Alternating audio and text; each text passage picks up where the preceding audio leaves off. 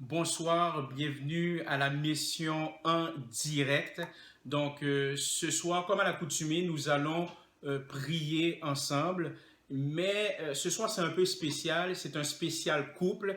Donc, nous avions planifié, n'est-ce pas, de faire un petit webinar. Donc, je suis accompagné de ma meilleure amie, de ma femme, Cynthia Gaspard. Bonsoir à tous, j'espère que vous allez très bien.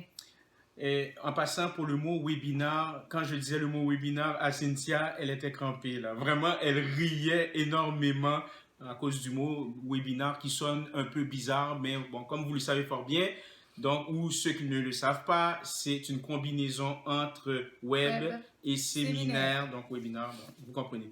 Donc, comme je vous l'ai dit d'entrée de jeu, ce sera un spécial couple. Donc, on va simplement, c'est un court webinar, simplement vous donner quelques conseils pour les couples, également pour les couples fiancés. Donc, nous allons voir à la lumière de la parole et aussi à travers notre expérience également. Et par la suite, nous allons prier pour les couples qui vivent certaines difficultés et bien entendu pour les couples qui vont se marier cet été. Donc, nous allons commencer maintenant en prière.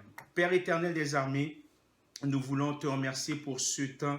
Tu as arrêté ce temps, Seigneur, ce soir, pour te glorifier, Seigneur Dieu. Le but, Seigneur Dieu, c'est ta glorification. Donc, Seigneur Dieu, glorifie-toi à travers, Seigneur Dieu, cette soirée de webinar, cette soirée de prière, Seigneur Dieu. Nous remettons, Seigneur Dieu, tous les couples présents, les futurs couples aussi, Seigneur Dieu, les gens célibataires qui prient pour avoir quelqu'un, Seigneur Dieu. Nous voulons, Seigneur, que tu les touches abondamment. Sois avec nous, Seigneur Dieu, et nous te remercions pour ce temps dans le nom précieux de Jésus. Amen. Amen. Et Amen. Amen. Donc, nous allons parler de la vie maritale. Donc, la vie maritale. Et il y a quelques raisons populaires pour lesquelles les gens se marient. Notamment, les gens se marient en raison de l'affection. Donc, je demanderai à Cynthia de lire le livre de la Genèse, chapitre 2, verset 18. Donc, lisons Genèse 2, chapitre 2, verset 18. L'Éternel Dieu dit, « Il n'est pas bon que l'homme soit seul.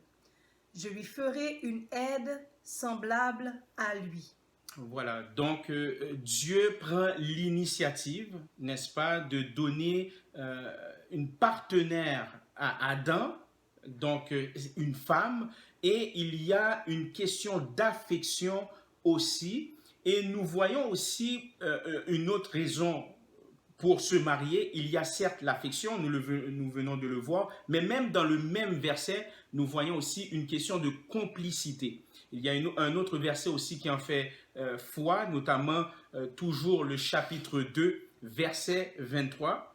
Et ça dit, « Et l'homme dit, voici 7 fois, celle qui est os de mes os et chair de ma chair. On l'appellera femme parce qu'elle a été prise de l'homme. » Donc, ayant en tête, il y a à l'esprit les raisons populaires pour lesquelles les gens se marient. Bien entendu, il y a une pluralité de raisons.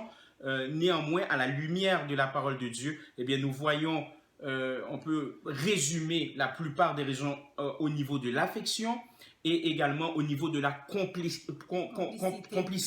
Donc, nous voyons une complicité. Donc, lorsque vous rencontrez quelqu'un, oui, il y a des sentiments, de l'affection, mais il faut aussi avoir une vision de complicité. Il faut avoir aussi la même vision. Maintenant, qu'est-ce que cela veut dire complicité? C'est oui, certes, il y a la même vision, vous êtes ensemble, mais complicité ne signifie pas uniformité. C'est-à-dire que je ne perds pas mon identité. Je suis pasteur Bertoli, je suis quelqu'un d'extraverti, j'ai mes qualités, j'ai mes défauts, j'ai mon arrière-plan également.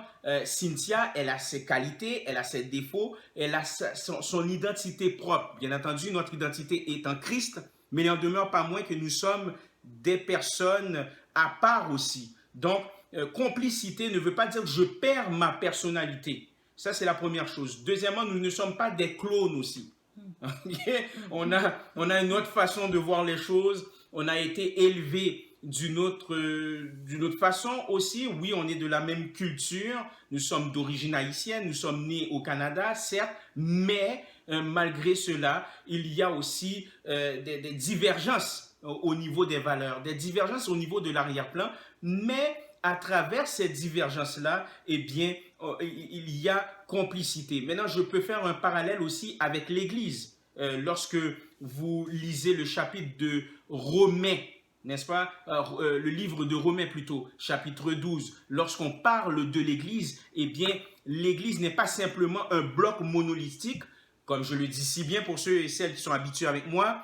L'Église est la somme des chrétiens régénérés, qui ont été changés par la puissance du Saint-Esprit, mais dans l'Église, eh bien, il y a des individus qui ont divers dons. Voyez-vous, c'est pas dans une église, vous n'allez pas trouver uniquement des pasteurs, uniquement des gens dans l'administration ou peu importe. Il y a une diversité de dons, mais il y a complicité.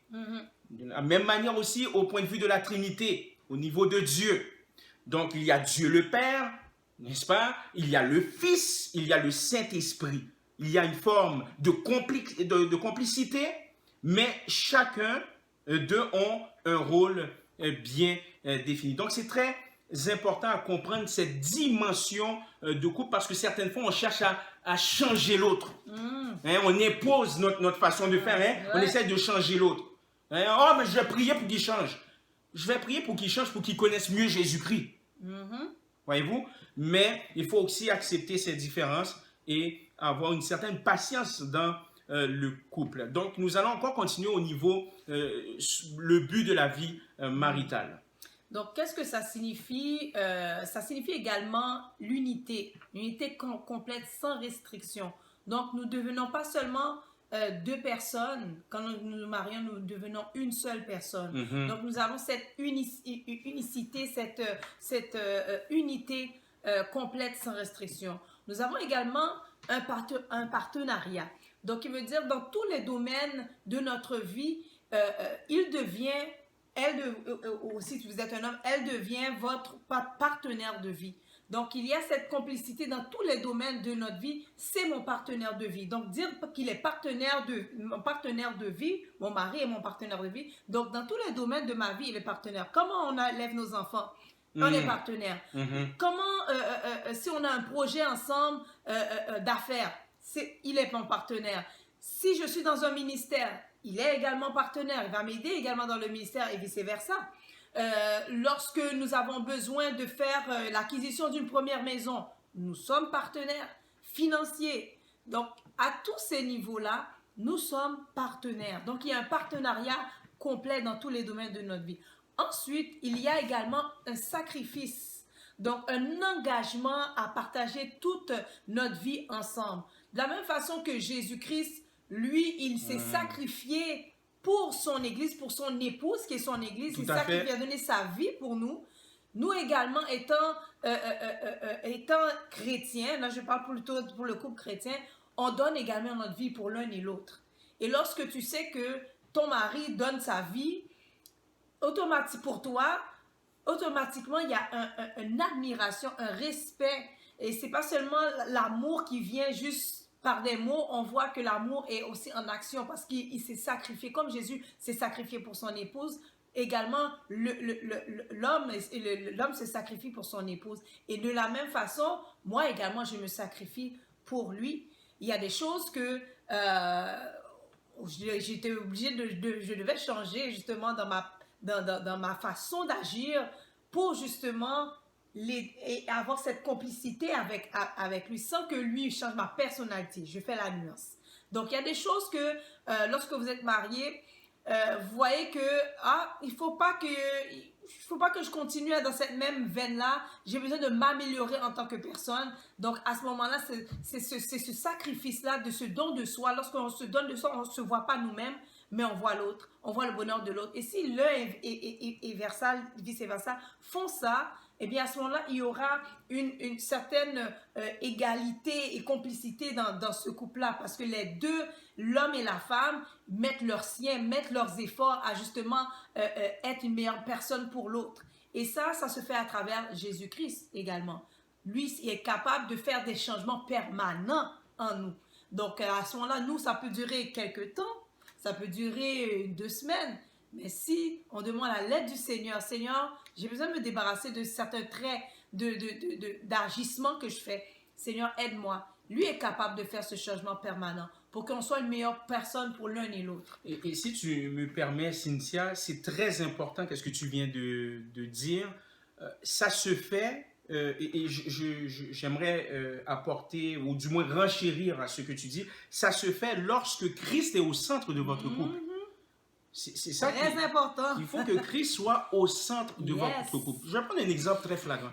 Si Christ est au centre de mon couple, littéralement, oui, certes, je suis un être humain, mais je ne vais pas faire n'importe quoi à Cynthia. Je ne vais pas voir Cynthia comme quelqu'un comme une compétition, quelqu'un qui est un rival, là, comme si vous voulez. Donc, c'est une partenaire. On est ensemble pour une mission, n'est-ce pas? On est ensemble pour un but, en fin de compte, tout simplement. Donc, c'est très important que Christ soit au centre de votre vie.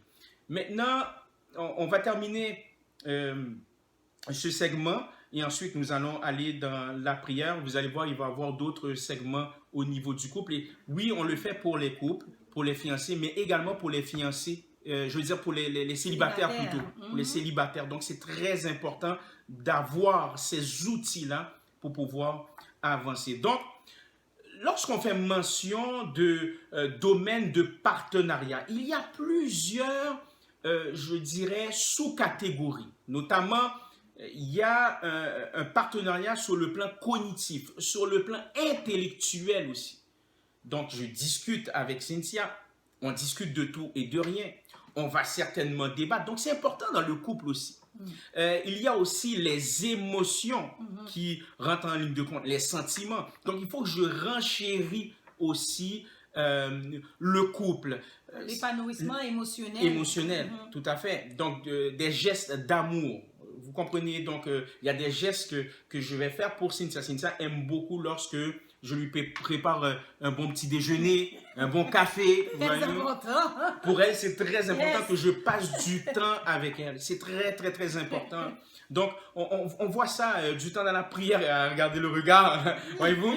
Les relations sociales. Donc, un couple ne doit pas être hermétique, mais il faut avoir une vie sociale avec d'autres couples, aller à l'église, également faire de nouvelles rencontres aussi, voir la famille élargie. Il y a le travail, il faut valoriser également le travail. Attention, le travail ne doit pas devenir une idolâtrie. Vous comprenez? Le travail ne doit pas prédominer sur notre relation avec Dieu. Il faut voir le travail comme une bénédiction, mais aussi s'encourager au niveau du travail. Bien entendu, la vie spirituelle aussi. Je ne sais pas si tu as quelque chose à dire par rapport à ça. Ben plutôt au travail. Oui, ouais. Attention pour pas que le travail prenne trop de temps pour le temps du couple. Ça, c'est vrai. Donc, très important d'avoir un bel équilibre entre le temps du travail et également le temps avec le couple. Très important pour la santé de votre couple. Parce que certaines fois, ce n'est pas facile. Ce n'est pas facile pour certains couples, mais il faut le voir comme un objectif aussi et demander au Seigneur, et c'est ce qui m'amène à l'autre catégorie, la vie spirituelle, demander, voyez-vous, demander au Seigneur de nous aider à avoir des disciplines spirituelles, la méditation de la parole, écouter la prédication, les études bibliques, fraterniser avec les autres chrétiens également nous aide à notre épanouissement spirituel. Il y a aussi l'aspect physique, l'aspect sexuel aussi, qui importe beaucoup dans le couple. Et aussi, il y a, je dirais, l'aspiration. Il faut aspirer à plus aussi, des projets, n'est-ce pas? C'est quoi la vision de votre couple? Où est-ce que vous voulez vous en aller ensemble dans 5 ans, dans 10 ans, dans 30 ans? Donc, avoir une vision pour votre couple, très important. Et je voudrais aussi renchérir sur l'aspect spirituel. Ça, c'est très important, les amis. Le temps avec le Seigneur et le couple. Ça fait à peu près une quinzaine d'années que Pasteur Bartoli et moi aidons des couples en difficulté, faisons de la relation d'aide pour certains couples. Et une des premières choses qui ont pris le bord avant que tout bascule, c'est la vie spirituelle du couple. Tout à fait, tout à fait. Donc les gens ne priaient plus ensemble, ils se sont dissociés spirituellement. Et ça a fait des répercussions également sur sur d'autres aspects de votre vie. Donc très important que la santé spirituelle de votre couple, prenne un temps de prier ensemble, avoir cette discipline-là de couple. Ça peut aider beaucoup de choses. Et lorsque vous priez, ça ouvre des portes pour l'intimité. Absolument. Dans le sens que vous pouvez aussi ouvrir votre cœur. Et aussi, lorsque vous priez, la prière change l'intercesseur. Ça, c'est Alors, à ce moment-là, le Seigneur peut intercéder, peut venir aussi changer certaines choses, vous ouvrir les yeux sur certaines choses que vous avez besoin vous-même de pouvoir mettre devant le Seigneur pour vous en débarrasser, pour avoir une vie saine de couple. Très important, la santé spirituelle de votre couple, c'est très important. Gardez cette prière ensemble, mettez-le dans votre planning. Mettez-le dans votre planning, temps de prière avec mon épouse, temps de prière avec mon mari, très important. Donc à ce moment-là, ça peut vous aider à être aussi des meilleurs parents, à être des parents plus pondérés. Ça peut vous aider aussi à être plus pondérés l'un envers l'autre, de pouvoir savoir comment adresser la parole avec l'un et l'autre. Il y a un respect mutuel qui se produit. Et également, il y a vraiment une complicité aussi qui est en train de se forger lorsque le couple prie ensemble, ont des disciplines spirituelles ensemble, vont voir le Seigneur ensemble. Guys, ratez pas ça. Ça, c'est une bénédiction qui vous appartient. Prenez cette bénédiction-là. Ça va vous aider dans tous les aspects de votre vie. Et aussi, ça va aider au niveau de la santé émotionnelle. Absolument. Très important parce que la vie est parsemée de défis. On a besoin de l'un l'autre. Défi au niveau familial. Il y a tellement de pression sur le plan de la famille. Pression au niveau du travail. Ça, vous le savez. Pour ceux et celles qui sont aux études. Pression au niveau des études aussi. Parce que lorsque nous étions mariés, elle était aux études au début. Donc, il y avait une certaine pression, mais elle avait besoin, oui, certes du Seigneur, mais elle avait besoin de moi pour pouvoir l'encourager. On s'encourageait mutuellement. Et par la suite, moi, j'ai poursuivi mes études universitaires en théologie. Donc, ce n'était pas facile. Ce n'était pas facile parce que les enfants étaient plus jeunes. Donc, c'est un défi aussi au niveau du couple. C'est un défi au niveau... sur le plan familial, pareillement. Donc, elle m'aidait là-dedans. J'avais besoin de son support. Défi ministériel également. C'est pas facile. Donc, on a besoin. C'est tous des défis. Et vous ne savez pas combien c'est tellement important de communier ensemble devant le Seigneur. Et Dieu peut vous aider dans tous les aspects de votre vie. Lorsque deux personnes sont en accord sur cette terre, lorsque deux personnes viennent ils sont en accord, sont ensemble, viennent comme un seul homme devant le Seigneur, anything can happen. Anything beautiful can happen. Des belles choses peuvent arriver et vous ouvrez la porte à Dieu pour pouvoir intervenir. Donc, il peut y avoir des pressions financières aussi, surtout dans les temps que nous vivons actuellement. Beaucoup de gens ont perdu leur emploi. Donc, c'est des pressions financières également sur le couple. Mais si le couple aussi sont soudés spirituellement, eh bien, il y a des choses là que pour d'autres personnes, ils vont faire la file pour avoir certaines bénédictions, mais pour vous, parce que vous êtes des enfants de Dieu, Dieu va aplanir votre sentier. Donc, ça, je vous parle de faits vécus. Alors, à ce moment-là, Dieu a aplani nos sentiers. Oui, on a eu des difficultés financières. Oui, on a déjà vécu des pertes d'emploi, donc à cause des mises à pied massives dans une entreprise. Mais le Seigneur a été toujours fidèle. Il nous manquait de rien. Et il y a même des emplois qui sont venus nous chercher. Oui. C'est fou.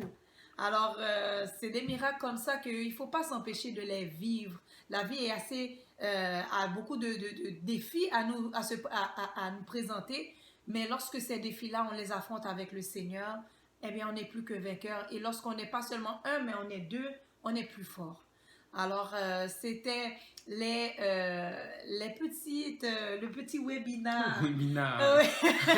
Le Le webinaire. petit webinaire que nous avions à vous présenter. Donc, d'autres petits trucs, d'autres petits, on pourrait dire, oui, des petits trucs, des petits principes vous seront présentés pour pouvoir vous aider et vous pister dans qu'est-ce que le Seigneur veut vous faire vivre dans votre vie de couple.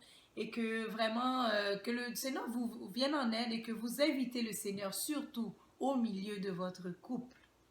Donc, nous allons terminer en prière. Donc, on va suivre Cynthia dans la prière, 2 courtes prières. Nous allons prier notamment pour les couples en difficulté et les couples qui vont se marier, les couples fiancés. Donc, nous allons terminer et ensuite je prononcerai les mots de bénédiction. Prions aussi. Mes amis, prions le Seigneur. Seigneur Jésus, nous voulons te dire merci, Seigneur, pour ta parole, Seigneur Dieu. Parce que ta parole, Seigneur, nous réaligne, Seigneur, dans la vérité. Nous réaligne, Seigneur Dieu, dans qu'est-ce qui est bon, qu'est-ce qui est agréable et parfait.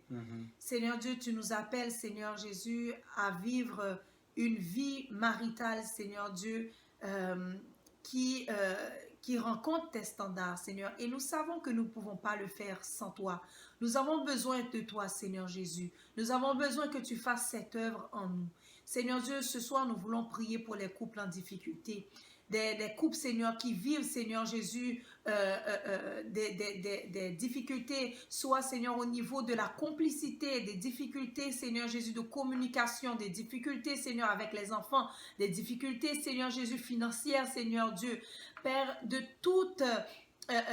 des difficultés même au niveau de l'infidélité, Seigneur Dieu. Seigneur Dieu, je te demande, Seigneur Jésus, d'intervenir, Seigneur. Je te demande, Seigneur, que tu puisses toucher leur cœur, Seigneur Jésus. Et je parle de ces couples, Seigneur, le mari et la femme, Seigneur Dieu. Que, Seigneur, qu'ils puissent se tourner vers toi, Papa. Parce que, Seigneur Jésus, toi, Seigneur, tu es la vérité. Tu es le chemin, la vérité, et tu es toi-même la vie. Et il y a plusieurs couples, Seigneur, qui sont en train de mourir, Seigneur Dieu. The couple is dead, Seigneur Dieu. Et ils ont besoin de la vie de Christ, Seigneur Dieu. Tu vois les couples en difficulté. Des gens qui vivent même de la violence, Seigneur Jésus, conjugale, Papa. Je te demande d'intervenir, Seigneur Dieu. Parce que tu veux, Seigneur, que chacun d'entre nous, nous soyons en paix. Seigneur Dieu, tu n'as jamais voulu, Seigneur, que des personnes, Seigneur, vivent de la violence, Seigneur. Ce n'est pas écrit, Seigneur Dieu. Tu veux, Seigneur, que nous puissions, Seigneur, avoir cet amour, partager cet amour, Seigneur Dieu. Car tu dis dans ta parole que à ceux-ci tous reconnaîtront que vous êtes mes disciples si vous avez de l'amour les uns pour les autres. 1 Corinthiens 13 parle de l'amour qui ne se vante point, qui fait rien de mal. Seigneur Dieu, je te demande dans le nom de Jésus, accorde, Seigneur, à ces couples de pouvoir être remplis de l'amour de Jésus. Accorde-leur, Seigneur, de pouvoir se tourner vers toi, de retourner, Seigneur, dans le lieu secret, dans la prière ensemble, Seigneur Dieu. Que tu puisses les restaurer, Seigneur Dieu. Il y en a, Seigneur Jésus, qui ne te connaissent pas. Seigneur Jésus, je te demande de te révéler à certains d'entre eux, Seigneur, qui ne t'ont pas encore connu. Oui, qui sont à l'église, qui connaissent les chants, qui connaissent les versets, mais qui n'ont pas un comportement qui démontre qu'ils sont des enfants de Dieu. Je te demande, Seigneur Jésus-Christ, de faire grâce et que tu puisses tu puisses, Seigneur, te révéler à eux et que, Seigneur, qu'ils puissent avoir un cœur réceptif, Seigneur Dieu, à ta parole, Seigneur Jésus. Père, nous prions, Seigneur Jésus, pour les gens qui sont fiancés éternels, qui vont faire ce vœu cet été, Seigneur Dieu, de pouvoir s'aimer jusqu'à la mort, Seigneur. Je te demande, Seigneur, de les accorder, Seigneur, ta grâce, Seigneur Jésus, une grâce, Seigneur Dieu, puissante, Seigneur, afin qu'ils soient capables de tenir parole, de tenir leurs vœux jusqu'à leur mort, Seigneur, qu'ils puissent t'honorer, Seigneur, et honorer l'un et l'autre jusqu'à leur mort, Seigneur Dieu, qu'ils puissent, Seigneur Jésus, par ton aide, Seigneur, par ton l'intervention de ton Saint-Esprit dans la vie, Seigneur, de chaque personne qui croit en toi, chaque enfant de Dieu, par le travail que le Saint-Esprit fait dans le cœur et dans l'esprit de ceux qui croient en toi. Seigneur Dieu, je te demande, Seigneur, qu'ils soient tous les deux une meilleure personne pour l'un et l'autre, Seigneur Dieu. Afin, Seigneur Dieu, que ça soit un mariage de bénédiction et non pas un mariage pour la malédiction. Au nom puissant de Jésus, fais grâce, Seigneur Dieu. Donne patience, donne tempérance, donne paix, donne, Seigneur, joie, donne amour, Seigneur Dieu. Il y en a, Seigneur, que leur amour est mort l'un pour l'autre, Seigneur. Seigneur, ressuscite cet amour-là, renouvelle cet amour-là, Seigneur Dieu. Parce que, Seigneur, tu as la puissance de le faire, Seigneur Dieu. Seigneur, permets, Seigneur, qu'ils puissent, Seigneur, être honnêtes avec eux-mêmes, Seigneur, et voir qu'ils ont besoin d'une intervention, Seigneur, de toi dans leur couple, Seigneur Jésus. Je demande, Seigneur, d'accorder ta grâce pour ceux qui sont des parents, qui soient des meilleurs parents, qui soient tempérants, qui ont le discernement, la sagesse pour bien élever leurs enfants. Seigneur, sois avec eux, qu'ils soient partenaires pour élever leurs enfants. Seigneur, qu'ils soient partenaires dans tous les domaines de leur vie, qu'il y ait une complicité qui se forme, Seigneur, dans ces couples-là. Au nom puissant de Jésus, afin qu'ils avancent ensemble, parce qu'ensemble, on est plus fort. Seigneur Dieu, sois avec nous. Nous te demandons ta grâce. Te demandons, Seigneur, préparation, Seigneur Dieu, pour les couples mariés. Qu'ils puissent, Seigneur Jésus, non pas seulement prendre ces principes, Seigneur, mais qu'ils puissent les appliquer dans leur vie. Afin, Seigneur, qu'ils puissent, lorsqu'ils vont se marier, qu'ils puissent, Seigneur, commencer du bon pied et finir du bon pied également, Seigneur Dieu. Accompagne-les, garde-les, guide-les, Père. Au nom puissant de Jésus, nous t'en prions. Amen. Amen. Je vais prononcer les mots de bénédiction. Genèse chapitre 1, verset 27. Dieu créa l'homme à son image. Il le créa à l'image de Dieu. Il créa l'homme et la femme. Puis Seigneur, je t'en supplie, bénis abondamment les individus qui désirent se marier. Bénis abondamment, alléluia, les couples fiancés. Bénis abondamment également les couples mariés. Dans le nom de Jésus, nous te prions ici. Amen. Et amen. À la prochaine. À la prochaine. Et comme un pasteur avait prié pour nous lorsque nous nous marions, il disait que le mariage, ce n'est pas se mettre la corde au cou, mais le mariage, c'est se mettre la corde au cœur. Donc, sur ces paroles, soyez bénis tout le monde. Au revoir.